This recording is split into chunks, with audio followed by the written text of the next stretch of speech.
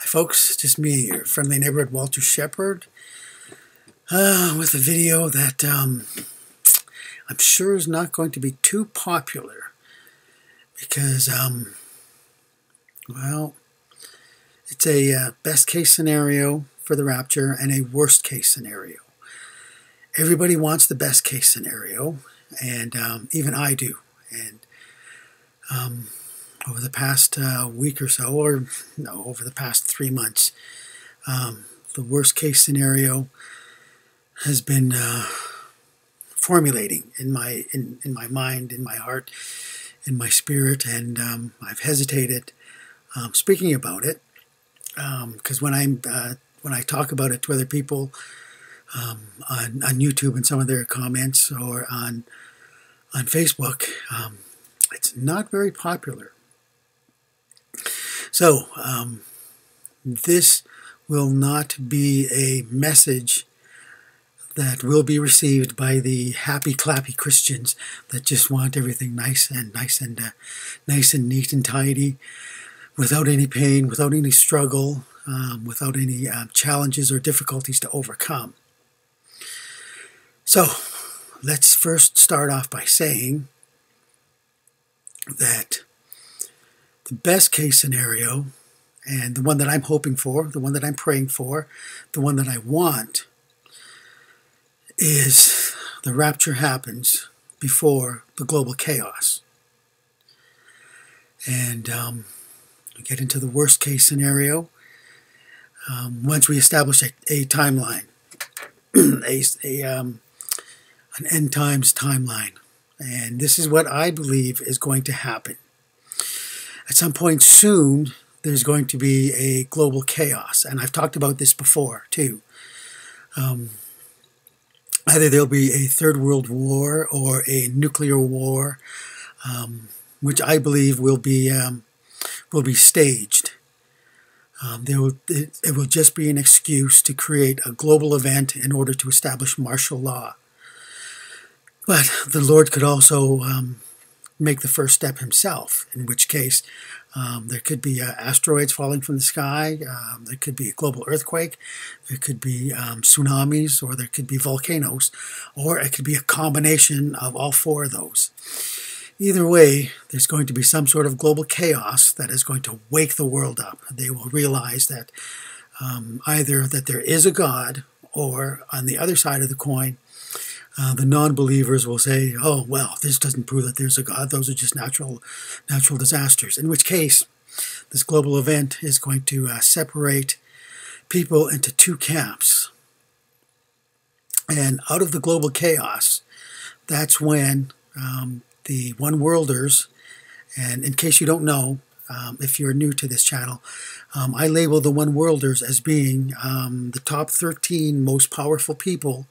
They control the people of the Bilderbergs, who then control the people of the Illuminati and the Freemasons and all the other secret groups out there that control the world behind the scenes. So when the global chaos happens, that's when the one-worlders, they establish martial law. And from that point, the world will never be the same again. We will never have the same kind of freedom that we have now.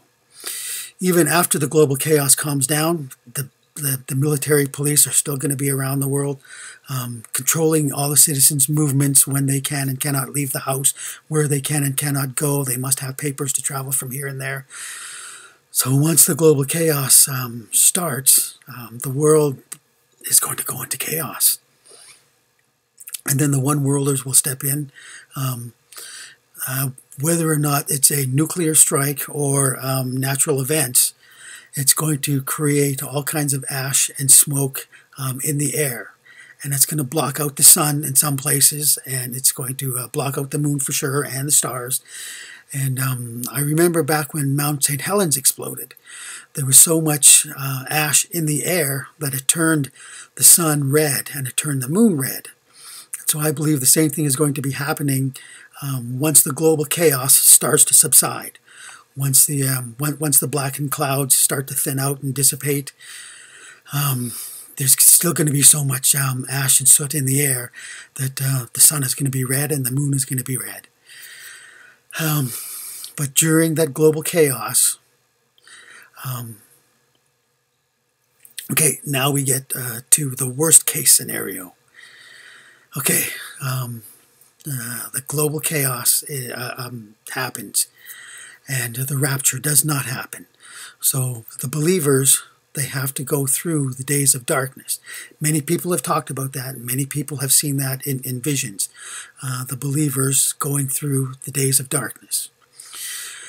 And because the believers go through the days of darkness, many of them are going to say, well, the rapture didn't happen, so the rapture must be a myth. Maybe Jesus is a myth. Maybe God's a myth. And that's when the great falling away is going to happen, during the days of darkness, during the global chaos. That's when a lot of people are just going to throw up their hands, just like they did during the blood moons, during the Tetrad. There's a lot of people who became Christians because they believed the rapture was going to happen at some point between the 4 blood moons. And then when the rapture didn't happen, those people said, oh, okay, well, I guess I'm going to go back to my old life. There's no point in being a Christian. So I can see the very same thing happening once the global chaos happens and the rapture does not take place. There's going to be a lot of people that are just going to abandon their Christianity. So the great falling away will happen during the days of darkness. And once people are still up in the air, still confused, that's when the Antichrist takes control. The martial law will be established. The internet will go down, and everybody will be out of communication for a short while. And then that's when the communication is brought back up. The world comes back together. And that's when the Antichrist steps up on the scene. And he brings peace and calmness to the people. And that's when the Antichrist, or the man of lawlessness, that's when he comes up with a great plan. And he tells everybody, he says, okay, we're facing this natural disaster. It could happen again. So let's forget about the borders. Let's forget about the governments. Let's forget about the money. And let's just concentrate on a one world government. Let's just concentrate on a one world religion. Let's just concentrate on a one world electronic currency. Let's just concentrate on a one world military police force. And everybody coming out of chaos, they will see, oh yeah, this sounds like a great order. This sounds like a great new world order to be in. It all makes sense. This guy talking to us, he's charming, he's beautiful, and he seems to have all the answers. Let's follow this guy. And then that's when the rapture is going to happen. As it says in 2 Thessalonians chapter 2, verses 1 to 12, Jesus will come back when the great falling away happens and when the man of lawlessness is revealed. That's when the Lord comes back. And that's confirmed in, 1 Thessalonians 3, or 1 Thessalonians chapter 5, verses 2 and 4. When the world is saying peace and safety, then sudden destruction comes upon them. That's when the day of the Lord happens. That's when the rapture happens. Because the rapture is the beginning of the day of the Lord. And the day of the Lord is the great tribulation period. So worst case scenario is believers will have to go through the days of darkness. They will see the great falling away because many will give up. And then they will see the Antichrist come to power and take control. And then as soon as that charming man comes onto the scene, you can expect the rapture at any moment. And this is not a message that is going to please or sit well with all these happy, clappy Christians that use a few verses to justify the rapture happening before the global chaos. Again, personally, I am still hoping for and still praying for and still want the rapture to happen before the world goes to heck, before the world experiences global chaos. That is the best case scenario. And we can all hope and pray for that. But as wise virgins, we have to be prepared for the worst. We have to be prepared for our test, our faith being tested to the very end. And the very end is when the Antichrist takes control of the planet. And I believe personally, when people are saying peace and safety, and the Antichrist has established a new world order, and everybody's happening behind the scenes in various parts of the country, that's when he's going to be starting to separate the people. That's when the military police are going to be knocking down the doors and taking people to the front lawn and saying, deny your faith or you'll be shot. And a lot of those Christians, in whatever country they are, a lot of them are going to be denying their faith because they want to live. They've been afraid. So the Antichrist will be using the military police in some places, even before the rapture happens. But I can only see that happening to 3% of all the Christians that are around the world. And we in North America, we're really soft when it comes to police brutality. Sure, we have it in North America, but the police brutality that we have in North America is not nearly as brutal as police brutality that they have in South America or in Africa or in China or in some places in Europe. They have police brutality that North Americans could not handle. And so when the Antichrist, after the chaos subsides, when he establishes peace and safety, then he'll be starting to weed out the people.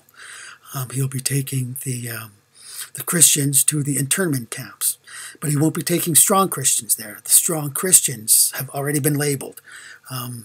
You believers right now, because of your posts on Facebook, because of your posts on the internet, through emails and through YouTubes, they already know who the strong Christians are, and they already know who the weak Christians are.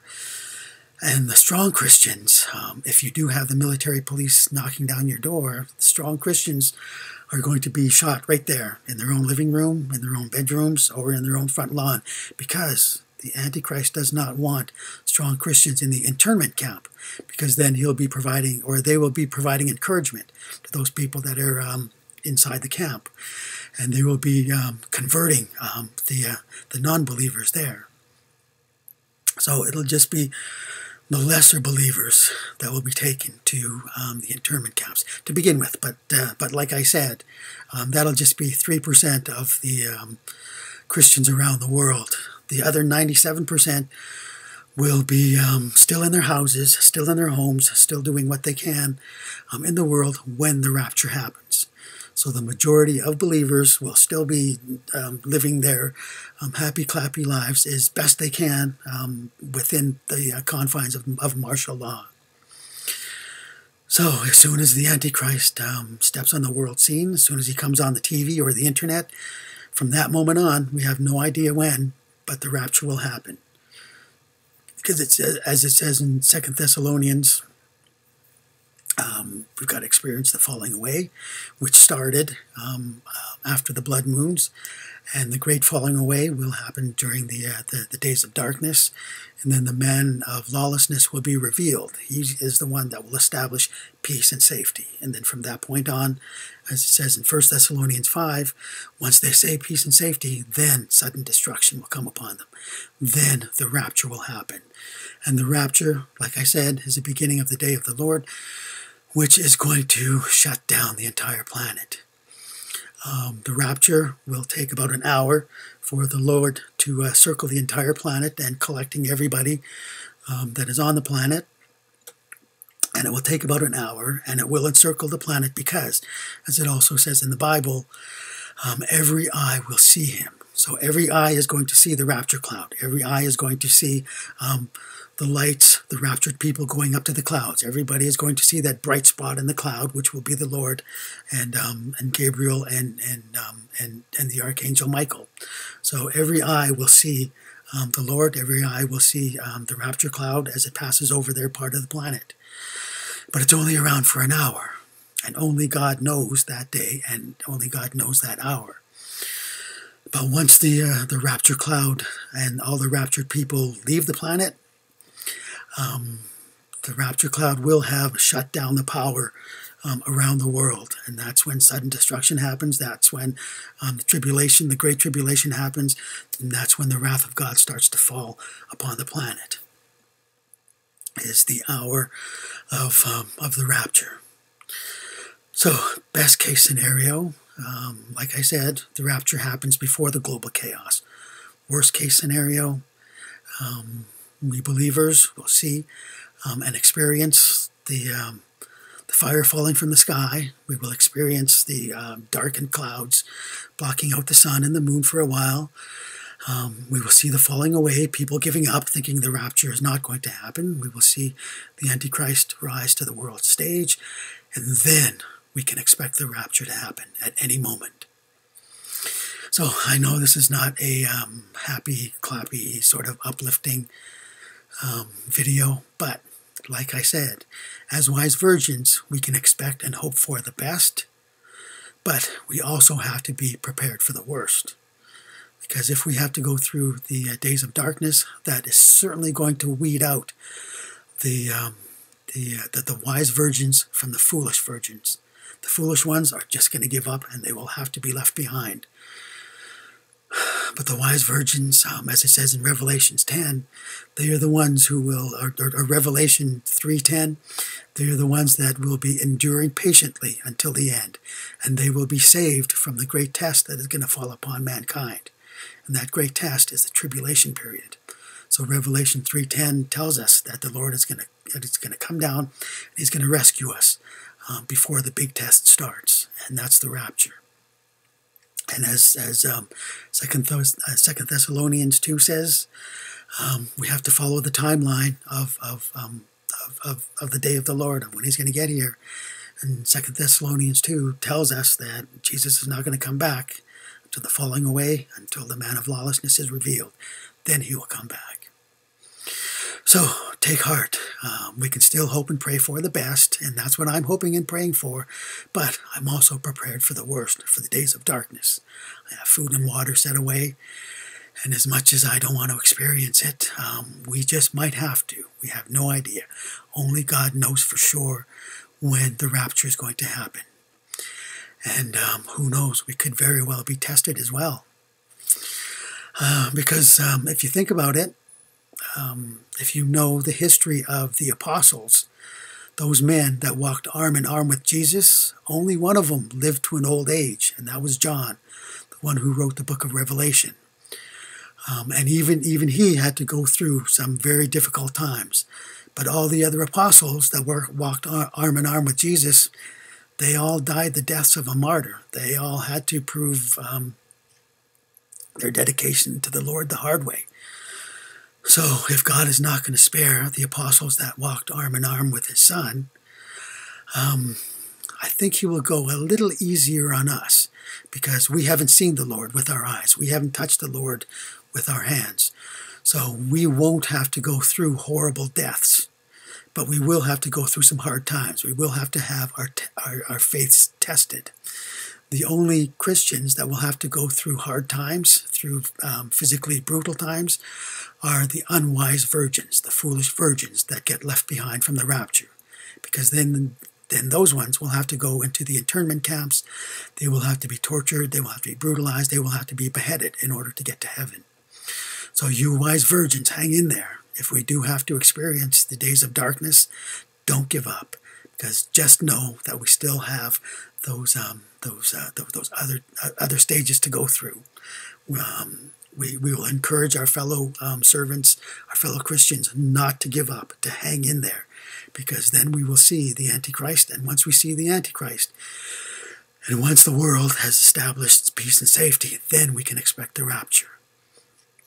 So I don't mean to keep reiterating it.